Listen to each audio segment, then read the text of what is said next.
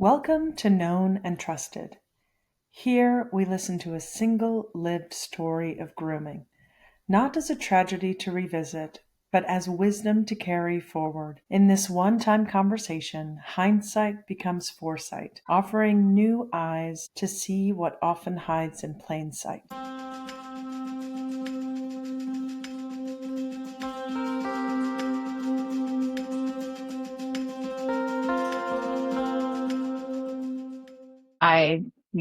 I had really low self-esteem. I was put into smaller classroom settings because special education, the classroom settings are usually like 15 kids at most. So, it kind of set me up to this thing of like, hey, would get any praise from a teacher, that would be incredibly valuable because it wasn't something had ever gotten before because I was just very, um, underperforming in school. Can you tell me a little bit about why you wish to share your story for the Known and Trusted podcast, please? Yeah. About a year and a half ago, almost 2 years now, I started processing everything that had happened to me. And that was a very valuable experience that I went through. It really helped me heal and grow as a person. Just looking back on everything that happened, how the adults in my life had failed me, just falling through many cracks in a broken system. It took me a long time to get here. It took me like 10 years of therapy and getting on the right medication and self-educating to get to this point where I felt ready to share my story and process what everything that happened. And it was a rough process in the beginning, lots of crying, lots of anger. But now that I've gone through it and I'm on the other side, I shared my story on TikTok and it got a really good response. And it was a story that people were resonating with. And it was a very healing experience, just hearing from other people who had their own experiences or realized that they might have gone through the same kind of thing that I did. And so I'm glad to have contributed to that, this bigger picture, of like, this is a common issue. This is something that isn't rare. It's just hidden. I think that the more people that just kind of speak up and talk about it and normalize it, even though it's really, really hard to do, it humanizes it. People are able to relate. They might think of a victim of grooming or sexual abuse, it might be abstract to them, but if it's somebody they know, it's my cousin, my neighbor or something, like it becomes less abstract and more real. Can you describe what life was like before the grooming began? Yeah. My childhood was a little tumultuous, I guess you could say. My parents were young parents. They were not really fully equipped for parenthood. My mom had me when she was 20. She has kind of her own set of issues. My mother is kind of a neglectful mother. She wasn't very present in my childhood, all the way from elementary school to now. She can be kind of just not fully available as a mother. Lots of my childhood was like lots of isolation. Like I think about, I would just like be in my room alone. My dad, he struggles with addiction. When I was a kid, he was struggling with harder substances and wasn't very emotionally there for me. So he was fighting his own demons and kind of uh, just, I wasn't able to really connect with him. And so growing up, like I mentioned, I have learning disabilities, OCD, and ADHD. And so I was a very chaotic, odd child, So I was really getting up into trouble. I was like, and just chaotic kid at school. I got into lots of fights. I wasn't doing my homework. I just wasn't able to focus at school. And so I had failed every single grade going into, I think the first time I actually passed a grade without my parents kind of waiving. Teachers wanted to have me repeat a year, and my parents were like, we don't want to hold her back. So I passed my first grade in like middle school. And so, I was put in special education classes. I had special education teachers on. There just hadn't been any breakthroughs. Like I was just kind of still failing. And my hardest subject was math. That was the one that I still to this day, I have, it's like dyslexia, but with numbers. Like I just don't process numbers the same way. And math, I feel like is kind of put on this pedestal of like, you're smart if you know math. And so I just like, because I was failing my classes and I wasn't good at math, I was just this weird artsy kid. Like I did not feel comfortable at school. I didn't feel confident. I didn't feel smart. And so, I had undiagnosed stuff going on. My parents were not fully there for me. And how did you meet? So the way that I was introduced to him was, so with special education, you have a guidance counselor who helps set up your classes with you. They try to help you pick which is the best teacher for whatever situation you're in. And the guidance counselor I had recommended him specifically for math because he was like, oh, this teacher is like really good with, kids. He's gotten he's really good at what he does. But the guidance counselor gave this like odd little in hindsight, like this should have been red flag number one, is that the guidance counselor was like, oh, he's really good at his job, but he does have some parent complaints made against him. That parents say that he's too friendly with the students and he's too close and stuff. And so I was with my mom in that meeting. And so she kind of waved that off, as she tended to do with a lot of things, as like, she's like, oh, like everybody, there's always the cool teacher on campus that like the kids hang out with. And maybe the parents are like, not, these might be just like a baby parents, and so she was more worried about me passing my classes than she was about me. That's all she really was focused on. It's just like I was entering high school, and this was like my last chance, basically. I had failed everything before then, and those last 4 years are going to be like a make or break it. My own dad had not graduated. It sounds like this specifically selected math special ed intervention adult was like your ticket potentially, and everybody agreed we were willing to give it a shot because we were running out of options. Do I understand that correctly? Yeah, it really was like that. Especially when I started the classes and I got my first A on a math test, my parents were like psyched. Like this was like the biggest thing to them because like I had never gotten a great math test. And so like my dad called him, to just like thank him and also to like ask like, how did you get through? Cause like it had been years of like no progress, and my mom was stoked and she felt like a weight had been lifted off of her. Okay, I'm going to get through like my classes. She didn't have to worry about me as much. And how were you feeling after that bump up in performance? Oh yeah. I mean, I was like, it felt like this boost because like, you're this awkward preteen. I was like 14 when I entered high school and not very confident. And I was just really nervous going into it. And so having this first good omen felt really good of hey, you got this, like, you're going to get through school. You're going to this is first like confident. So I went to him and specifically thanked him for helping me with it, which that's kind of how I got looped into the quote tutoring lessons that we had. Because I went to him after school one day and thanked him for helping me learn math.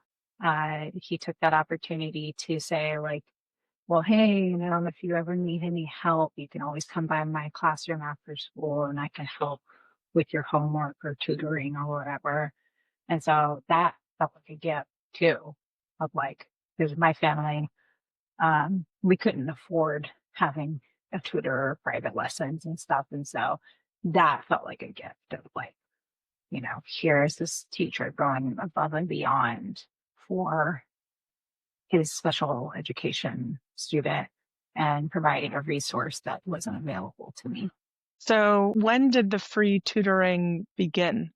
How often would you see this teacher? So it started kind of maybe a quarter or halfway through my freshman year. I would come to his classroom after school. He would keep the door open, which was a very important thing that he was really sensitive about, is like he had to make sure that the door was open. He didn't want to have the door shut with me in there. I think he was worried about the optics of that. And so if the door was open, it was less scary. So we'd be me and him in his classroom after school. There would still be, people walking by. Sometimes a janitor or something would pop into his room. And I would see him in the beginning. It was like maybe once a week just to help catch up with my homework. And then it kind of turned into like by the end of that school year, probably like a couple times a week. And the sessions would get longer. Like it would go from like a 30-minute lesson to like an hour to like an hour and a half. Was it solely focused on math, or did other subjects and other topics come into play? Yeah, the tutoring lessons over time shifted less on math and homework to more personal stuff. And by the end of the freshman year, we really weren't even talking about math anymore. It would kind of start with like, hey, how's your day going? And I would tell him, did this with my friends today. And he would, kind of, we'd talk a little bit and then get into the math. And then it would be like a little bit more like I'd be complaining about my parents and, normal teenage stuff. And so over time, by the end of the freshman year, it was like we weren't really studying anymore. And the rest of it wasn't even tutoring by like the next 3 years. Like we never really talked about homework or anything. Like it was just visiting time. And did anything shift in your presentation at home that maybe a caregiver or a family member might have recognized about this relation, this connection, or this friendship that was occurring between the two of you? Yeah. So at the time, my mom was in a relationship with her first girlfriend, and her girlfriend had been abused in the foster care system and had had her own experience with grooming. And so she very quickly was red flags, red alarms. Like everything was like she felt when she found out that, I'm spending time alone with a teacher after school. She really talked to my mom and was like really pressuring her. But my mom dismissed that because of the grades, because she was like, oh no, like this is the best grades that, I had ever gotten. And so she was happy to kind of ignore it. But I think really what parents saw was that I was more confident with school. I felt like I had, help and that I was seeing progress. And so what they probably saw was that I was doing really good. And what about the people at school? Would they have recognized anything unique about the time that you spent with this teacher? My friends didn't really I had some friends in his class that I was close with. And, it was one of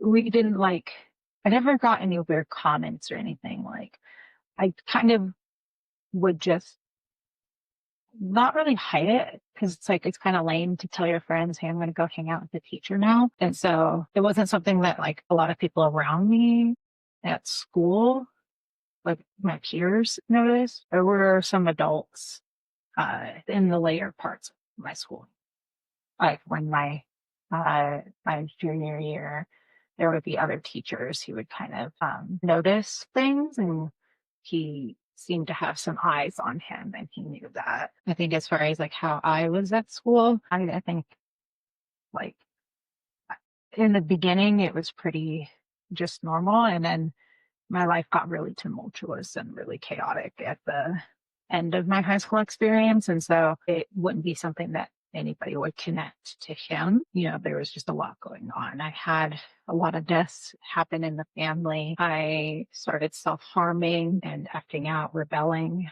I, you know, I was struggling, but I think people connected that more than just like I was having a really hard time, and not it was anything connected to that. When did things start to maybe seem a little bit like an outlier with this teacher? You mean like when did I start like noticing weird stuff? Yeah. When did you notice, oh, this is something different? Yeah, I think it was when he gave me his phone number. It was kind of a weird situation. It happened in my sophomore year. And the way that he went about it was like super weird and secretive. Like I said, I would see him after school, but we weren't really talking about math at that point. And one day I'm seeing him after school and he's writing a math problem on the board. And I'm like, what's this? Like I thought like it was just weird. Like it wasn't something we were doing anymore. And so he's like, okay, solve this problem. And like, I solved the problem. And then at the end of it, he's like, and did you know I live 3 area code? And like, it took me a second to realize like he's giving me his phone number. Like it was like, it took me a second to dawn onto that. And I was just like, what a weird way to give someone your phone number. Like you, as friends, like you usually are just like, let me put your phone in there, like there. And so that was how he gave me his phone number, which was weird. And then once I put it into my phone, he was like, don't put my first or my last name, use my middle name. And so that is one thing where I was like, that was weird. But he was like, oh, you're not technically supposed to give students your phone number, but teachers do it all the time. And he also then asked me to delete messages. And so that was something where it just felt like that was his secret holder thing of just like I needed to follow these things because, technically they're against the rules, but I was a rule breaking kid. And so I was kind of used to playing ball with that stuff. That's a great illustration. I think that's so important for listeners to be conceptualizing all of the ways that a potential predator in a school system might be the exception to the rule. The policy says we do not give our phone numbers away, but I'll give you my number. Just make sure you put me under a completely different name that would not be tied back to me, and delete all of our text communications. That's an incredible bit of wisdom for our listeners. Thank you. Yeah. Yeah, definitely. It was something that in hindsight, if I had told my parents about that, I'm sure there would have been more red flags raised. But at that point, the secret keeping had kind of begun, and What else? women. Yeah, go ahead. I was just going to say that, like, as I mentioned, like my parents were not really available for me. So it was like, I wasn't really going to them a lot for things. Did you tell anybody else in your life about the phone number or the building trust between this teacher and yourself? There was some friends that I had his class with, like I had friends in his class. And so they knew about the phone number because sometimes I'd be like, oh, let me just text Ken real quick, something like, oh, when's the homework due? Something like that, And so some of my like friends knew, but I don't think anybody else knew. I would talk about him a lot to like my parents and stuff because, I started to kind of idolize him as like this, mentor figure. And so I'd always be saying like, Mr. Teacher said this, or, like I would be just talking about like things that he had mentioned to me, mundane stuff, like just like, I don't even know. I'm trying to think of an example, but it would just be like normal conversation stuff, like things you'd be like, oh, my friend the other day was saying this. Like, so my And were they parents, always positive? Were those comments about this teacher always something that was in putting him in a positive regard? Did you ever criticize him in front of your parents? no negative thing that I had with him was when so he converted me to Christianity for a little bit, which that's a whole, that's another whole story. But yeah, so he basically, I was struggling with existentialism and wasn't raised spiritual in any sense. And so I felt very lost in that way. And he is a religious man. And so he convinced me to start going to church. And so I did. Started praying and, into Bible study and stuff. And I tried that for 2 years. And so that was another part of like our dynamic, is that he was a special education teacher who also was trying to convert me to Christianity. And part of his beliefs, like I mentioned, my mom was in a relationship with a woman. She had come out as gay during Prop 8 in California.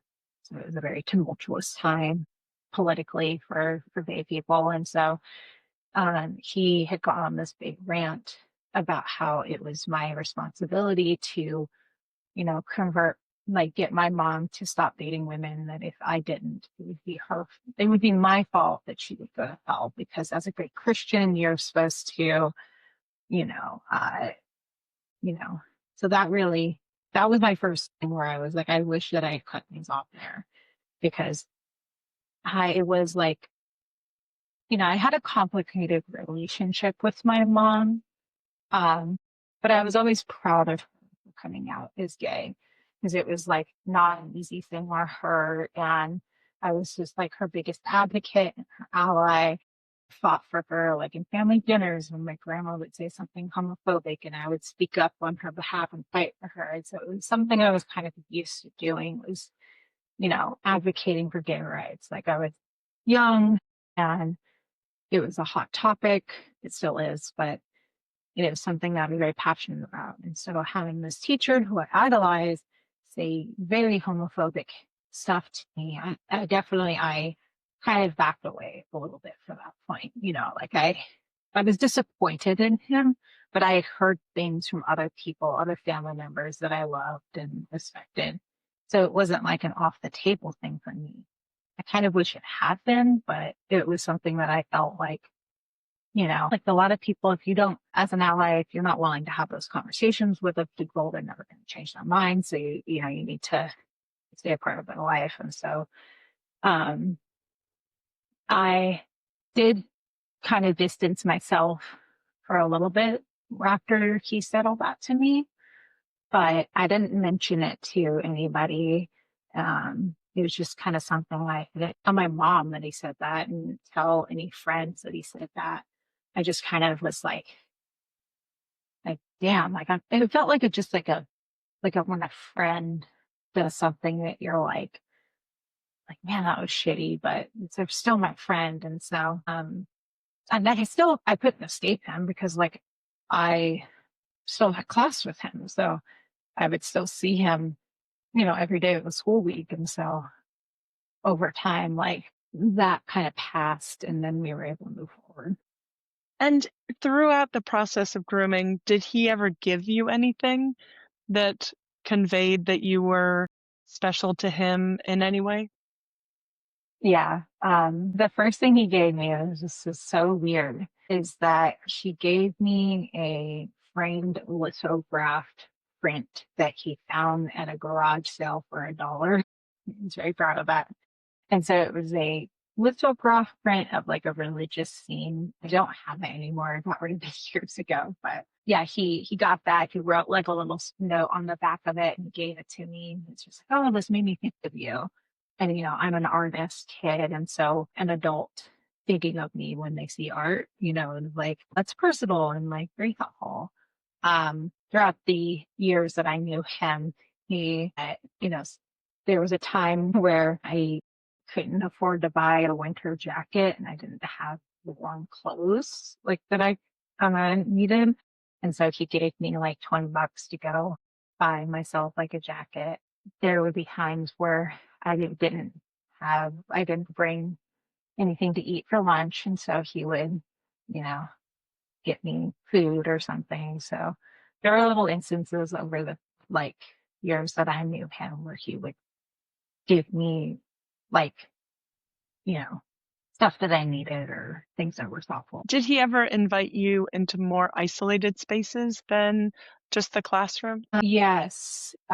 So the only like, so I don't remember when or how, but at some point he would occasionally give me rides home. They had a very like specific set of like rules to follow for it. So like if I wanted to get a ride home from him, 'cause I lived like 2 or 3 miles away, and like I would walk home, and I lived in a desert, and so walking home in the 100+ degree weather some days was like not ideal, not something I wanted to do. I would have to go to his classroom 2 hours after school, so that most of the school and the staff had already left by then. There weren't many cars in the parking lot. And then we would have to go over to his car, which I can still remember exactly what car he drove because he was very proud of it. But I just remember like the smell and the look of the car. And so he would drive me home, which he never pulled any like pit stops, long ways or anything. Like he kept it very just straightforward. But yes, I would be alone in his car with him and drive me the few miles to my house. And so he knew where I lived. What happened next that made you feel like, as you look back on it, that he was trying to escalate through the grooming process? I think it was my junior year when he started talking about a previous student of his. She came up in the context of like, I asked him, like, what were you up to this weekend? And he said, like, oh, I was up in, you know, this beach town with other Sally. And I was like, who's Sally? And he was like, you would love her. She is a previous student of mine. You know, she's like a little bit older than you. We went to this beach town and stayed in a hotel together. And I was like, oh, is this a person you're dating? And he was like, yeah. I was like, oh, that's weird that you're dating a previous student. So that was definitely something where I was like, that clearly he is capable of having romantic intentions for students. And then when things kind of crossed over to like where I knew his intentions were changing was when he mentioned the same beach town to me, and in the context of like, oh, you're going to graduate soon. Like, I would love to take you on a trip up there, like just you and me. And so that was like his goal was that after I graduated to take me to a hotel and like hours away.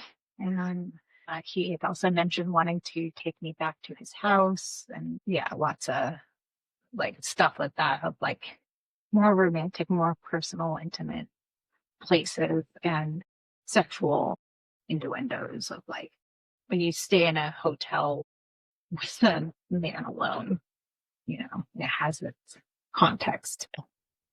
That's a really good example. Was there ever a time during the grooming process that you felt as if he was threatening you or trying to make you feel fearful of speaking up about what was building between the two of you? He really kind of conditioned me well with secret keeping. And he was kind of a rebellious teen. So I was always kind of doing things I shouldn't be doing, like, smoking pot, sneaking out at night. Like I was doing all the typical teenage stuff. And so this just felt like another secretive part of my life. And so he was pretty lock and key with that with me, that like he wasn't too worried there would be definitely times when I would show up to his classroom and there would be another teacher in there and I would just kind of hang out. And then he would be like later. And so he kind of would steer me in the right directions with that. And the thing that kind of like I was struggling as a teenager and I, I'm getting close to my graduation and I still didn't know what I wanted to do with my life. Like I was floating. I have friends who are already getting accepted into college and like they know what they want to do. And I'm just like, I don't know. Like I was really still figuring that out. And so he had this kind of carrot that he dangled of like a career in audiology. And so he was telling me that like, oh, like audiology is like, I used to do it. I made a lot of money. It was really easy. And like, you could do it. Like, you don't need to go to college for it. You can just like learn how to do it. Like, and so he kind of dangled that as just like, I'm your ticket into a career and a successful life. And so that kind of tied me to him in like my senior year because he wasn't my teacher in my senior year. So that was the thing that like I was like afraid to lose him as a mentor because I felt like I needed somebody in my life who could tell me what was going on because like my parents weren't really helping and like, my friends are also figuring it out. And so I needed somebody that I trusted and respected to kind of help navigate this. What wisdom do you wish you had had that you can share with other people to learn from your example? I think that hindsight with like what I wish I had done, it's tricky because it's like I was a child. I don't feel like it was my fault and my responsibility to know how to stop myself from being groomed. And like, yes, I think educating, younger people on this stuff is important. But I think the ways that I was failed was by the adults in my life. My parents, I think them not being fully there for me, not being very invested in my schooling career, like they were pretty detached from all of that. And so that was one thing that like I think having present parents, not hovering, helicoptering, but just parents who are invested and interested and like know all my teachers and know where I am after school and stuff like that. That was one thing. Not everybody is born into that situation where they can have parents like that. And so I think if a parent, is hearing this, like I think like how much should be invested in your kid's life and like know what's going on. I think the other way that I was failed was by the school system. That guidance counselor who initially sent me out to take his class, warning me that parents had complaints against him.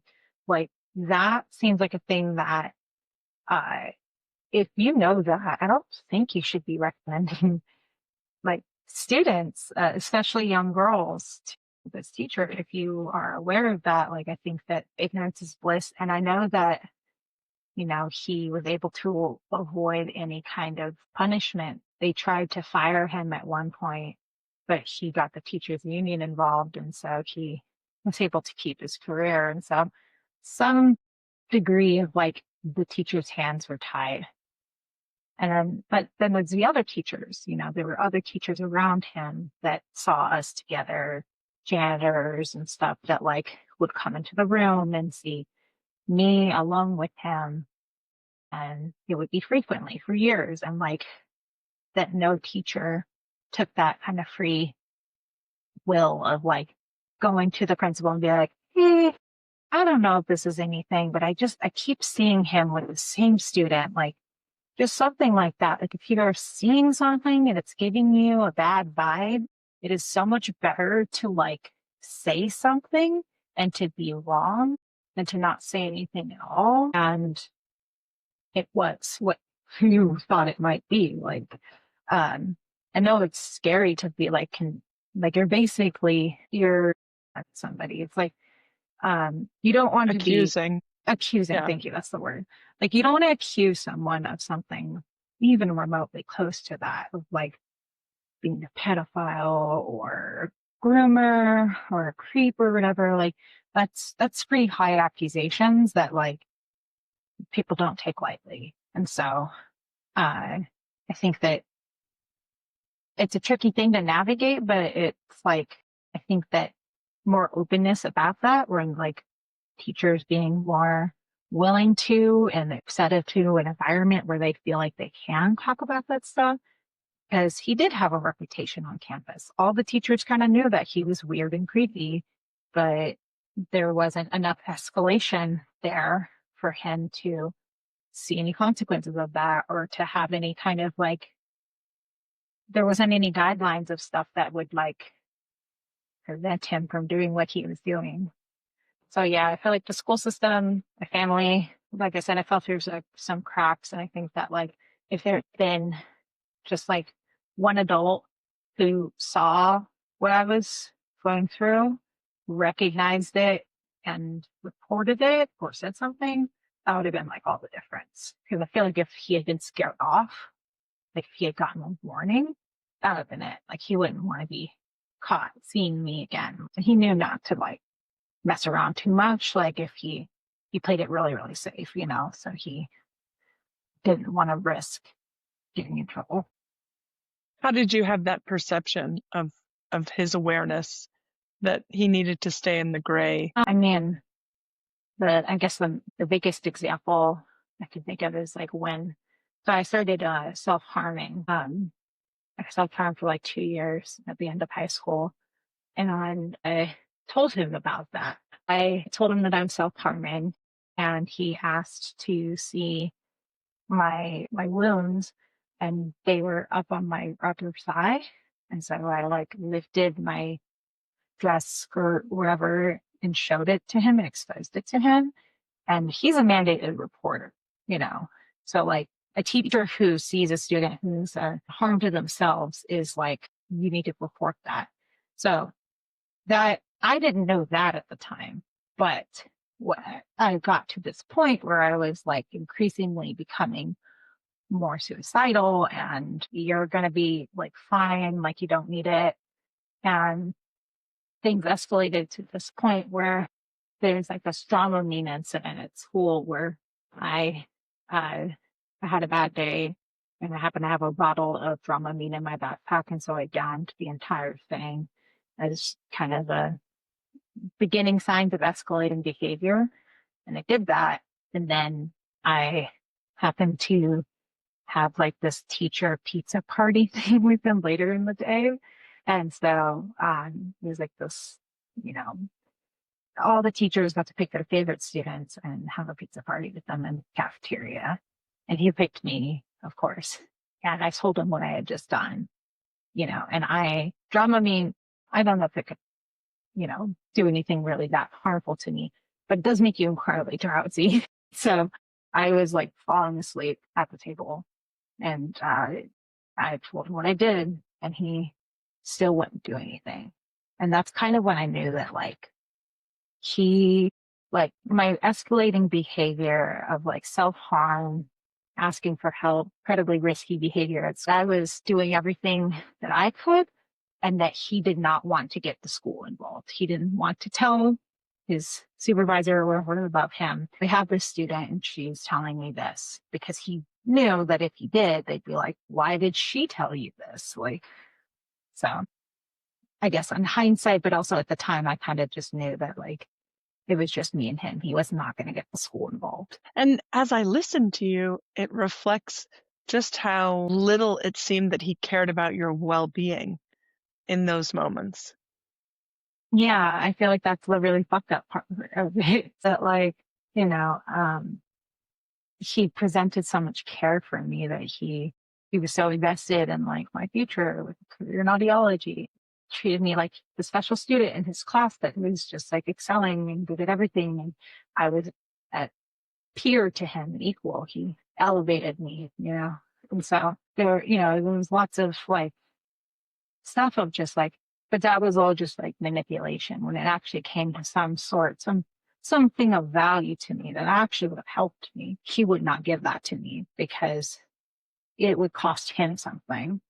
And so I think it's like, you can get into the psychology of how what a groomer really thinks. And I tend to think that groomers believe themselves to be like romantics or something, that like this is acceptable in some form and it's just this taboo or whatever. And that like, man, if that is how you treat somebody that you're romantically interested in, like just how horrible. Yeah, he was so aware of vulnerabilities existing around you outside of school. And he was so well positioned to help you, to connect you to outside services or resources or escalate the supports in your life. And because that might have taken you away from him, it might have taken you out of school, it might have brought to light the connection that he was attempting to build with you, he did nothing. He did nothing that could have actually helped you and given you peace or given you access to wellness at a time when you really needed it. Yeah. Yeah. It really showed his true colors. Like looking back, I think that's kind of the part of the story that, I mean, all the grooming aside, just, and the ways that that affected me, the thing that was actually probably like if that had gone another direction, because at the end of my senior year, I did actually have a suicide attempt. And so this escalating behavior of like self-harming to, you know, testing the water, taking a lot of pills at one time and stuff. And like that, there were so many warning flags that like he knew and like my parents didn't. And so, and like there wasn't like any other adult in my life. Like I had some friends who knew, but they're also kids. So he was kind of the only adult who had all of the pieces of what was going on and could see where this would be going. And then the worst case scenario of like, I tried to kill myself at the end of my senior year. And thankfully I survived and was okay. That they didn't have to get to that point. Like it didn't have to get. And that's the part I think this like, I'm like, wow, like to groom a kid is one thing, but to like just so reckless, like that's an adult in a special education system of just like, man, the lack of care, the lack of just responsibility, like that is horrifying to me. As we wrap up, what is something that you wish someone listening would take away from hearing your story and all the elements that you've been brave enough to share with us today? I guess I want to start off by just saying it does get better. It's kind of sad and cheesy and stuff, but like my life is so much better than what it was in high school. After my suicide attempt, it was a real turning leaf for me. I met my then boyfriend, now husband, when I was 18. And so it was like this, everything changed. Like I met the man of my dreams at 18 and it's been wonderful ever since. We own a home together and life is just really, really good. And if you had told me that when I was 18 and struggling, I I could not see that future. That was the scariest part with like suicidal ideation. It was like no vision of a future. And that, it does get better. It's possible. It's, you're in a fog and like you can't see past it, but once the fog goes away, you'll be able to like move forward. And so I think that anybody struggling out there, like it is it is so worth the healing journey. Like life has so much to offer and it's so worth it. I think as far as like other people that have gone through maybe a similar situation, that it is worth going through that healing journey. It's not an easy one. It's a very uh it takes a lot of energy to process everything that happened. And I think that it's worth. I think that it can let you forgive yourself that you weren't in fault and wrong. You can let go of that guilt and shame and be able to just, move forward. And like, I since going through and sharing my story and processing everything, I feel lighter. I feel there's a part of myself that used to be this lock and key, secret, dark shame. And now it's something I just talk willy nilly about. I'm like, it's something that I just like, I feel comfortable with every part of my life, my experiences. I'm not ashamed of them. I think for people who might be around somebody who is being groomed, like my stepmom or, other teachers or something, like the people around who were not directly involved on the outside, but were seeing things. I think if you're that type of person, don't be afraid to be a little bit more. Don't be afraid to speak up, ask more questions. I think that a lot of groomers are scared people. And so they don't want to get caught. They want to play the game safe. And that if you directly, confront them with like, hey, so why is that student here all the time? You know, letting them just know that you're watching, stuff like that. That can be all the difference of just like scaring them off enough, keeping them accountable, not giving them room and opportunity. You don't have to accuse them of anything or attack them. Just letting them know that you see them can be all the difference. I'm so glad you raised that point. Listening to you, just reflecting on how far you've come and the incredible, beautiful life that you're living right now gives me so much hope for anybody listening who's in a dark place or who's struggling to know if they should speak up or report something. Hopefully, listening to this story and your account gives them that extra encouragement and courage. Thank you so much for sharing your story and for being a part of Known and Trusted. Just thank you so much, Anna. I really appreciate your heart in this healing journey. When I reached out to you like a year and a half ago and had those interviews, and like you really did a wonderful job of kind of breaking things down into simpler pieces that really helped me identify those key moments of the process, because it's a very complicated process, but it can be broken down into simpler steps. And reading Duck Duck Groom really did help me just kind of learn to identify those points, because it feels complicated, that there's a lot going on. Grooming is really subtle, and there's like lots of innuendos and secret motives and stuff. And so being able to cut through that, having a tool that lets you just like identify like, oh, that was like forbidden fruit, that was elevating me. Like having those terms to be able to identify specific actions was a really powerful tool. And it's something that I am trying to share and educate with other people in my life. So thank you for the work that you do. It's really good work. And I'm really thankful for this project. This was an episode of Known and Trusted. Thank you for listening with care. If it opened your eyes, share it with somebody you trust, because every conversation is a step toward protecting the next child. To learn more or to share your own story, visit annasonoda.com. Together, we can turn awareness into action.